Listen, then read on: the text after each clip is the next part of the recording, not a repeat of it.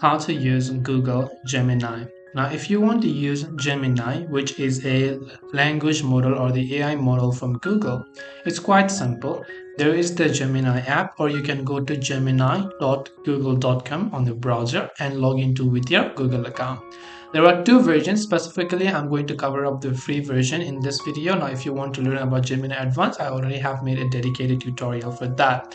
Now, normally what you can do is you can ask any prompt. You can start a new chat and just type in whatever else it is that you want to find over here, the answer, whether it is a math question or whatever else. It's just a language model like ChatGPT.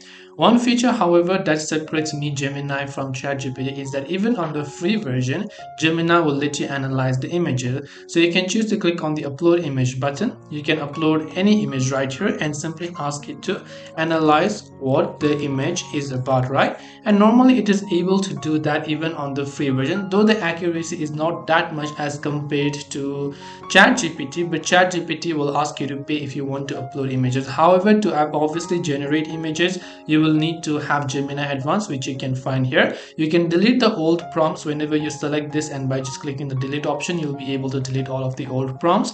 Otherwise, you'll be able to just use the newer prompts like this.